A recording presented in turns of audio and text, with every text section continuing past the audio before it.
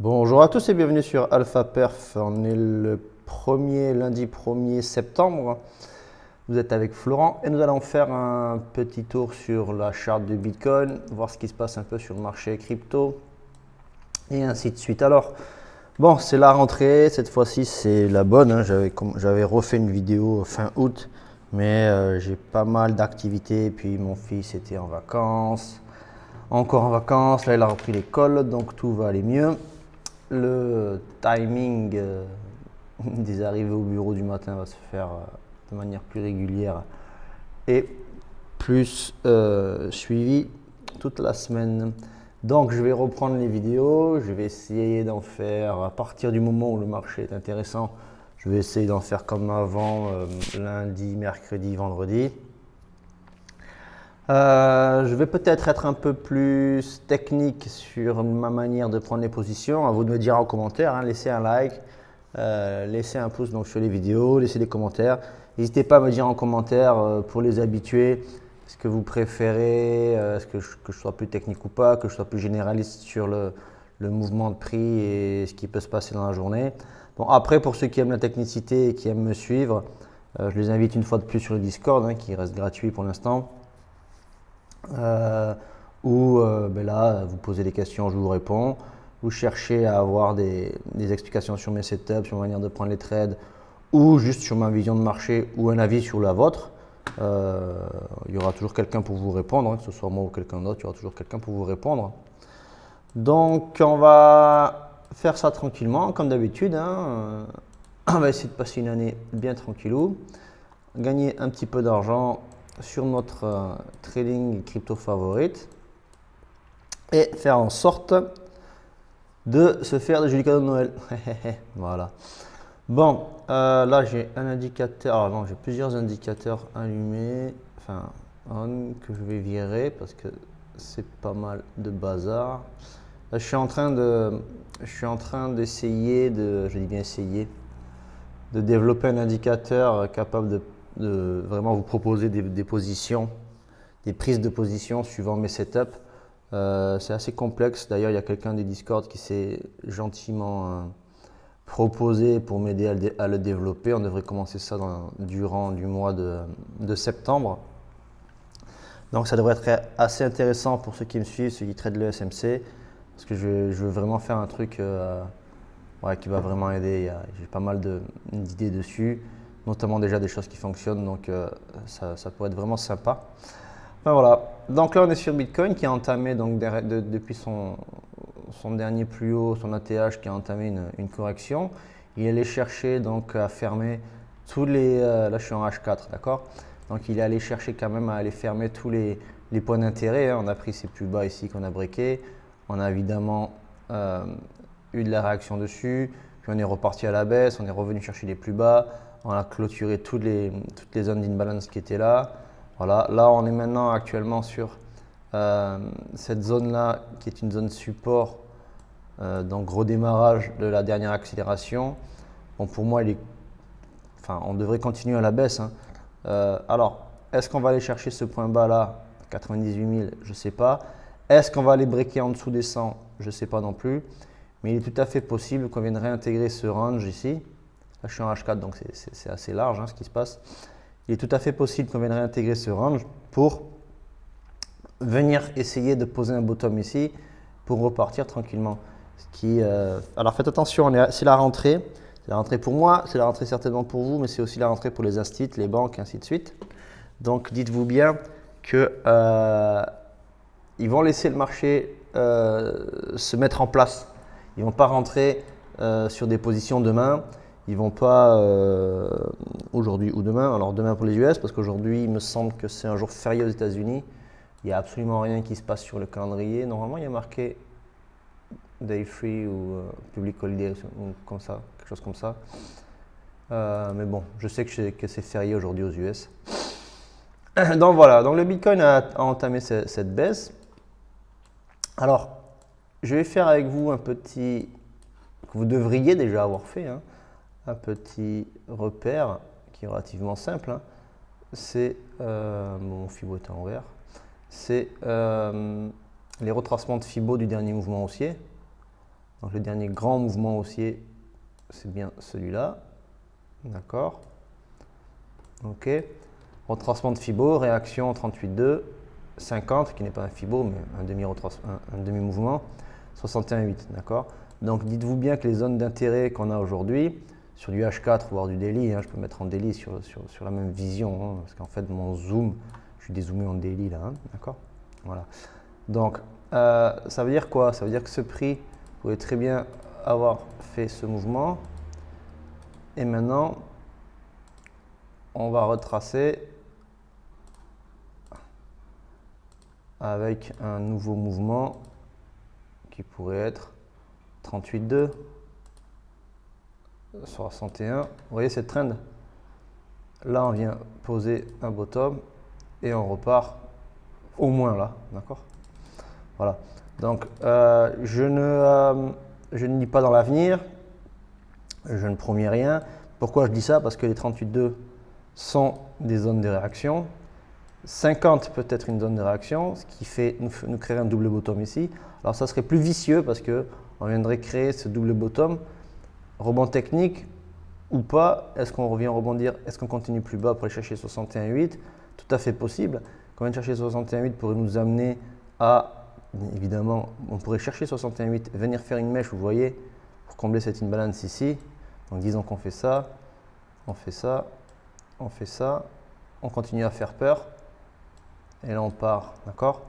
Mais là vous voyez je suis sur du daily, hein. Donc moi le temps que tout ça se développe, j'ai des trades à prendre ici, j'ai du trade à prendre ici, et ainsi de suite, ok? Pourquoi je vous montre ça en daily? Parce que vous allez dire ma vision trader est évidemment toujours celle d'un trader court terme, parce que ça me donne mes tendances générales du marché. Donc je regarde quand même ce que le marché pourrait faire en plus grande time frame pour savoir si je vais plutôt m'orienter vers des positions longues ou des positions short, d'accord? Et ça me donne des points d'intérêt qui pourraient être correspondants avec du H4, H1, voire 15 minutes. 15 minutes un peu moins, mais ça donne quand même des points d'intérêt, ok? Ce qui est intéressant aussi, c'est que si je fais mon Fibo ici, sur ce mouvement-là, attendez, celui-là, je vais vous le virer. Ici, on est au 61,8, d'accord? Donc, les 38,2, là, je vais plutôt mettre en H4. Ce dernier mouvement haussier, là, a été corrigé. 38,2, il n'y a pas eu de réaction. 50, on a eu de la réaction, on est reparti. 50, c'était bas de cette imbalance ici. On a eu de la réaction là, on est reparti à la hausse, on a continué notre baisse. 61,8, on y est, hein, de la réaction. On y revient. Est-ce qu'on va mécher à 76,4? Voilà. En général, moi je m'attends à ce que si on continue ce plan-là, en H4, daily H4, les 61,8 ici ne devraient pas tenir. D'accord? Si ces 61,8 réagissent clairement, voilà, comme ça, bam, pour moi, la probabilité d'être baissier plus long terme, daily, elle sera effacée. D'accord? Maintenant, je ne suis pas devin, ça reste des probas et on verra suivant le développement du prix ce qu'il nous montre, ce qu'on peut voir sur ce qui se passe, hein, exactement. Et voilà. Okay. Alors aujourd'hui en court terme, là moi je fais du trading court terme, comme d'hab, vous le savez très bien. Qu'est-ce que j'ai? J'ai quand même une préparation de setup qui est assez intéressante. On a fait continuation baissière, reprise haussière, changement de structure, on repart à la baisse. On casse la liquidité ici qu'on vient chercher. On repart à la hausse pour rebond technique. Là, on vient chercher la liquidité. D'accord? Pour l'instant, la liquidité, on ne l'a pas prise. Donc, moi, je m'attends à court terme qu'on refasse ça. On reprenne cette liquidité. Ici, on imprime un changement de structure avec une prise de liquidité. Là, on rentre en trade. Et on peut aller chercher de la liquidité qu'on aura plus haut, d'accord? Sans dire qu'on ira forcément casser ceci.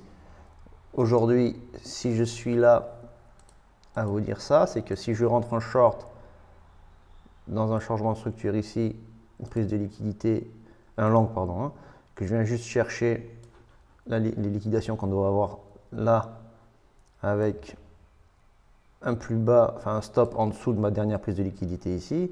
Allez, je dis n'importe quoi, hein, disons qu'elle est un peu plus forte. Voilà, j'ai quand même un ratio de 2,5. Suivant cette mèche, j'aurai un ratio qui peut aller de, allez, je vais exagérer, mais on peut aller d'un ratio de 2 à 6. Hein. D'accord? Voilà, donc on peut avoir un trade intéressant à faire ici. Ok? Évidemment, c'est que de la spéculation, puisque le mouvement ne s'est pas fait, ne s'est pas déclenché. Maintenant, on a le RSI qui est très bas. Le RSI est en train de nous montrer que ici, on était en survente. On a de suite pris de l'achat et on s'est remis en survente. Possible que maintenant, avec l'ouverture des marchés mardi et l'ouverture des institutionnels en septembre, certains gros décident de reprendre un biais haussier, donc ce qui ferait que on pourrait avoir ici un rebond technique qui pourrait nous amener jusqu'à une zone de rechargement de short qui serait 38,2, 50 voire 61 dans l'autre sens. Les Fibo marchent dans les deux sens. Hein. On peut marcher. Mais là, ce Fibo n'est pas définitif, d'accord? Parce qu'on n'a pas posé ici un plus bas, un bottom, d'accord? Pour l'instant, c'est moi qui le mets là parce que le prix est là, mais on peut faire un plus bas ici, d'accord? Donc ces prix-là seront modifiés. Si vous comprenez. Si vous ne comprenez pas, n'hésitez pas à laisser des commentaires, critiques, commentaires ou quoi que ce soit sur la rubrique commentaires de la chaîne, où vous aurez, où j'essaierai de… En général, je réponds, hein, ou sinon je vous invite à venir sur le Discord, on en discute. C'est gratuit, donc vous venez, on discute de votre sujet, c'est plus facile. Et après, vous repartez si vous voulez, il n'y a aucun problème. J'oblige personne à être là, à suivre. Mais c'est toujours intéressant et ça peut l'être pour vous. Voilà. Donc, on va attendre le développement ici du prix. Je pense qu'il ne va pas se passer grand-chose aujourd'hui. Tout à fait possible que l'Europe se mette à acheter tranquillement en se disant bon, ben, on est en train de faire un double bottom. Ça peut être un fake. Donc, on va aller voir un petit peu les datas pour savoir ce que les datas nous disent par rapport à moi, ce que je vois sur cette analyse technique. OK? Alors, ici, on a les liquidations. Les liquidations, je suis bien sur Bitcoin, oui, parce que bon, je regarde aussi beaucoup Sol en ce moment. Donc, je vérifie bien que je suis sur Bitcoin. Je vais mettre en 48 heures. On a des liquidations à venir chercher à 110 000 $. On a un tout petit cluster à venir prendre dans les 106. Il n'y a pas grand-chose. Hein. Hier, elles étaient plus… Voilà, hier, c'était plus ça qu'on avait. Voilà, on a de belles liquidations à prendre de 107 à 106 500, 106 000, hein, on va dire, toute cette zone. Mais le gros cluster est à 107, 107 200. Ça nous amène à quoi 107 200? Vous voyez, 107 200, ça serait la prise de liquidité. Hein. C'est ici, on prend la liquidité. On va mettre en 15 minutes. si je trace, je vais tracer pour vous les liquidations qu'il y a. Qu'est-ce que je vais mettre? Parce que j'ai pas de setup liquidation, donc je vais mettre un peu n'importe quoi. Une zone de support, ça serait 107 200. Voilà, ici, ça serait les liquidations qui nous attendent là. D'accord? Donc tout à fait cohérent que le prix vienne taper dedans, se nourrisse, et après aller chercher celles qu'il y a en haut. Et en haut, on les a de 109 500 à 110, pas beaucoup plus haute. Hein. Je vais remettre le même triangle, le même rectangle, pardon. 109 500 à 110, voilà. Ok. Donc là, ça pourrait nous amener à faire ça, prise de liquidité, V-bottom, hein. On peut très bien faire un V-bottom. Là, je suis en 15 minutes, donc un V-bottom en 15 minutes peut nous faire après un joli setup H1, d'accord? Disons que le prix fait ça, je ne sais pas ce qu'il fait ici. Il va chercher ses liquidations et après essayer de partir aller chercher celle-là parce qu'on va en avoir là. Comme d'hab, je parle trop et je bois pas assez. On pourra en avoir, donc on a des liquidations ici, c'est pas qu'on pourrait, c'est qu'on en a ici hein, qui nous attendent clairement, d'accord? On a des liquidations ici. Et on a des liquidations clairement là. Et puis après on en a là hein, tout le long, d'accord? Et ça, le prix pourrait tout à fait venir après chercher ça. Et là, on vient de chercher un 117 000 qui serait hyper intéressant. Faire un trade comme ça serait hyper intéressant pour un début de semaine. Ça fait un très beau ratio. Même si vous rentrez un peu tardivement dans cette zone-là, on regarde ce que le prix va installer ici. S'il nous prépare une continuation, on va chercher cette zone de trade. Évidemment, si vous arrivez à entrer, plus tôt vous rentrez, plus tôt vous aurez de la performance et un meilleur stop, d'accord? Là, disons qu'on met le stop ici, on vient chercher ça, on a déjà un trade de 2,5, ok? Moi, ça, dans mon temps de travail, c'est déjà un très joli trade. Ici, on attend peut-être une reprise du sommet ou pas, voire une continuation, ok? Et on vient chercher, on vient targeter ça. Le problème qu'il y a, c'est que si vous rentrez que là, ici, ce short va être compliqué, ce stop va être compliqué à poser. Vous allez certainement devoir le poser là. Donc là, vous avez un ratio de 2 qui est moins intéressant en fait que celui-là. Regardez, je suis à 2,67, d'accord? Ça, c'est un bon exemple à vous montrer. C'est que suivant l'unité de temps que vous travaillez, le positionnement de votre trade, vous voyez ce trade qui paraît un petit trade ridicule, ainsi de suite, parce qu'il y a peu de développement, mais il a un meilleur ratio risque. Je suis à 2,67. Ça veut dire que si ici je perds 1000 $, ici je gagne 2670 $, d'accord? Ici, si je perds 1000 $, ici je gagne 2009 $, enfin 2090 $, ok? Donc c'est moins intéressant. Ce trade-là est moins intéressant. Évidemment, par contre, si ici on arrive à se positionner comme ça, avec un beau mouvement là, et qu'on a ici un stop clair à mettre, qui pourrait l'être, hein, si le prix fait ces développements-là, ici on pourrait avoir un stop relativement clair à mettre avec un changement de structure ici, puis un boss, on met le stop en dessous du boss, on prend le trade à l'entrée de ce boss-là, et on part à aller chercher un ratio de 7,50, 7,60. Donc là, ça devient très très joli. D'accord? Donc on enchaîne ce trade et on enchaîne celui-là. Et là, on a fait une belle journée, on va dire. Enfin, du moins une belle semaine. Ok? Donc voilà. Rien d'autre sur ça. Bon, je diverge un peu, donc je reviens sur les datas. Les datas nous donnent ça, c'est ce qu'on va analyser, ce qu'on va essayer de suivre. En une semaine, on doit avoir certainement la liquidité beaucoup plus haute, et celle qu'on a vue sur la charte qu'on a détectée ensemble, qui est donc celle-ci. Hein. Évidemment, on va certainement la voir. Voilà, elle est là. Hein. Regardez, 114 000. 114 000, bam, on est ici. Okay, si je me mets en 3 mois, vous allez direct voir celle-là. Voilà, en 2 semaines ou en 1 mois. Mais là, je vous apprends rien. Vous savez très bien que le prix est descendu. Voilà, la liquidité à aller chercher jusqu'en haut. Mais il n'y a pas tant que ça non plus. D'accord? Mais là, la liquidité à aller jusqu'aux 125 000. Okay, mais voilà, le gros cluster, pour moi, il est dans les 120. Ça fait un moment qu'on l'attend, toute cette zone-là. Il va falloir qu'on aille la chasser. Et à la baisse, vous voyez, on l'a pompé ce qu'on avait, on l'a pompé ce qu'on avait. Et là, on commence à être un peu plus faible. Donc, on va voir un peu comment se positionnent les traders. Pour voir comment se positionnent les traders, qu'est-ce qu'on fait? Et on va sur la charte du contrat que vous tradez, en l'occurrence ici Binance Perp. Ok, alors pourquoi? C'est celui qui a plus de volume pour moi, hein, d'accord? Mais on pourrait faire la même chose avec n'importe quel autre contrat. On regarde un peu donc les open interest, les funding par rapport au mouvement de prix. Et qu'est-ce qu'on voit? En ce moment-là, je suis en H1. On voit qu'il y a peu d'ouverture de contrat. C'est le week-end. Hein, mais il y a peu d'ouverture de contrat. La taille de l'open interest reste dans les 90 millions. C'est pas énorme. C'est correct, hein, c'est très correct, mais c'est pas énorme. Il n'y a pas de gros intérêts. Là, on voit des grosses positions qui s'ouvrent. Vous voyez, on est quand même sur un niveau haut. Hein. Mais ça, voilà, quand on voit ça, bam, là, on voit qu'il y a beaucoup d'intérêt. Ici, il n'y en a pas beaucoup. D'accord? Et c'est assez bâtard, c'est-à-dire que il y a autant de longues qui s'ouvrent que de shorts qui s'ouvrent. Donc, les positions sont, vous voyez, ici, là, voilà, ici, là, ce matin, et puis hier soir, voilà, on voit clairement que là, il y a du long qui s'est ouvert. Pourquoi du long? Parce que l'open interest monte, donc ça veut dire que des positions sont en train de s'ouvrir, positions short ou longues. Et pourquoi des longues? Parce que le funding monte. D'accord?